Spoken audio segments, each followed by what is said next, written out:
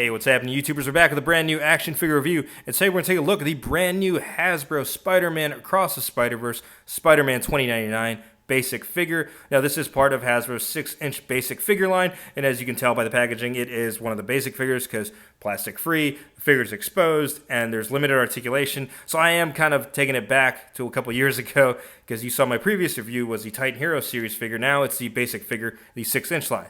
But without further ado, like we always do with the reviews, let's get started with the box art first.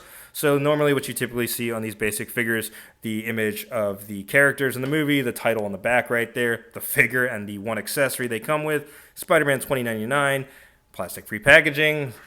On the side, it also says the same thing in different languages. Then on the back is the info read-up on Miguel O'Hara's Spider-Man 2099. It's the same exact thing you saw in the Titan Hero Series 1, but feel free to pause it if you want to go ahead and read it. Alright, that's enough about the box art. Let's go and get the figure out of the box. Alright, here's Spider-Man 2099 out of the box. Let's take a look at this one accessory he comes with. This looks like his web shooter. Now, I know in the comics he uses regular webbing, but in the movie they might change it up into this, I don't know, red blaster or whatever the hell they're going to do. But it's a pretty simple accessory that just clips onto the wrist, and I do kind of like that feature because I think this could work on some Marvel Legends figures as well. Alright, now let's take a look at the figure itself, and we're going to get started with the head sculpt first. So as you can see, just like the Titan Hero series version, it does have a good amount of detailing on the head sculpt. I'm not sure if these details right here are meant to be painted or not. I don't think they are because Spider-Man 2099 is supposed to be like futuristic design, so that's what the pattern could be. But it's reasonably sculpted, like especially for a budget figure. And if you ever go back and watch my old-ass, horribly edited and lighted reviews from back in the day, with the basic figures, I always mention they have good sculpting, just articulation's lacking. But yeah, that is a nice attention to detail, especially with the head sculpt design. And a matter of fact, throughout the whole suit, I would say, like, if you look at the rest of the figure itself, it is fairly sculpted pretty well. Whereas in some Marvel Legends, it would just be a painted application. On the basic figures, I do appreciate that they're actually sculpted. And you can see that throughout the suit, this kind of futuristic design there. It does have some attributes of a classic Spider-Man 2099 comic design. The only thing it's missing, like I mentioned before, is the cape. But it looks good overall. I just realized his hands are insanely huge. Look at that thing. Now, I'm not going to spend too much time in articulation because typically these budget figures, or I would say the basic figures, they have limited articulation, but he does have a head rotation, so it can go from side to side. It goes, not really up and down a little bit. It's kind of got like a football-shaped head. So that's how much it can go up and down on the head. It does have articulation on the shoulder, so obviously you can rotate it. There is no bicep swivel, but there is an elbow cut there, so there's a hinge, so it can get, I'll say it's about 90 degrees. And then also, it can also move back and forth. There is no wrist articulation. Same thing goes for the other arm, but also there is no cut on the abs, so there's no ab crunch or anything like that, but there are cuts on the legs, so you can bend over like that. The legs can go that far up and can't really go far back because it's being blocked by his ass. The only thing I wish these figures had was articulation to like do the splits or something like that. And it's unfortunate because there was a period where they were doing basic figures like the Avengers Games one where you had articulation in the knees. And for this one, they just skimped out on it because budget reasons. Why not? All right, now we're going to jump right into size comparisons. And first size comparison, here he is standing next to the Marvel Legends retro carded Spider-Man 2099 and the Mezco 112 Collective Spider-Man 2099. And out of the three, which design do you prefer?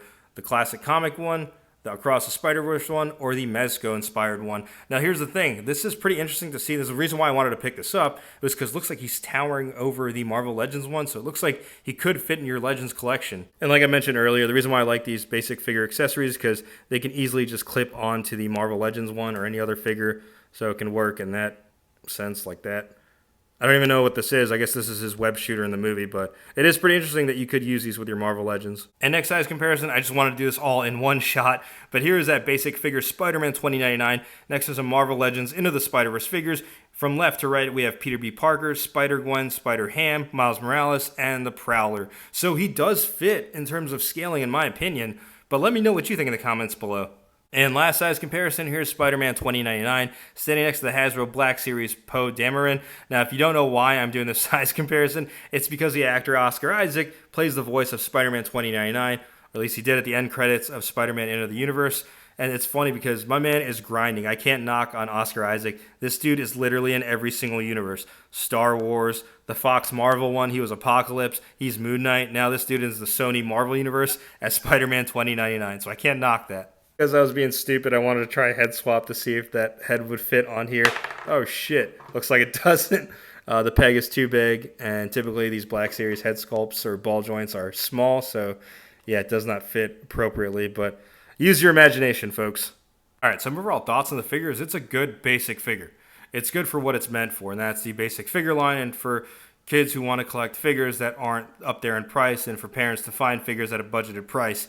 Now here's the thing though, this figure was $13.50 at Target, and basic figures used to run anywhere between $8.99 to $10, and some of them were $13 depending if it was like the Hulk or Thanos or like the Hulkbuster one from Infinity War. Like that one, like the deluxe one, I understand. So it looks like Hasbro has now priced all basic figures at $13.50, which is fine for a figure like this because it's brand new tooling. There's no reuse. But for figures like this, which I'm going to review next, which is a Peter B. Parker, not so much. I'll get into that when I actually review it. Now, for Marvel Legends collectors, is it worth it? I tend to think so. That's only if you're just looking for a stand-in Spider-Man 2099 figure for the movie shelf, because it's literally just good for that, just shelf presence, because as you can see, there was no articulation on this figure. But it still looks nice nonetheless. So toy photography shots are going to be a little bit limited because of the limited posability, but you can still get some decent shots out of it. But yeah, let me know your thoughts in the comments below, YouTubers. What do you think about this figure? Will you be picking it up? And do you think Hasbro will have their own Marvel Legends version? Because I tend to think so. Anything that's put in a basic figure line, I think at some point will also be put out in the Marvel Legends line. We'll probably see that more as we get closer to the film's premiere, which isn't until next year. But yeah, sound out in the comments below, YouTubers. Let me know what you think. And like always, if you like what you see, be sure to hit that like button. If you haven't already subscribed to the channel, go ahead and subscribe. Thanks for watching. And then for Into the Spider-Verse, Spider-Man 2099. All right.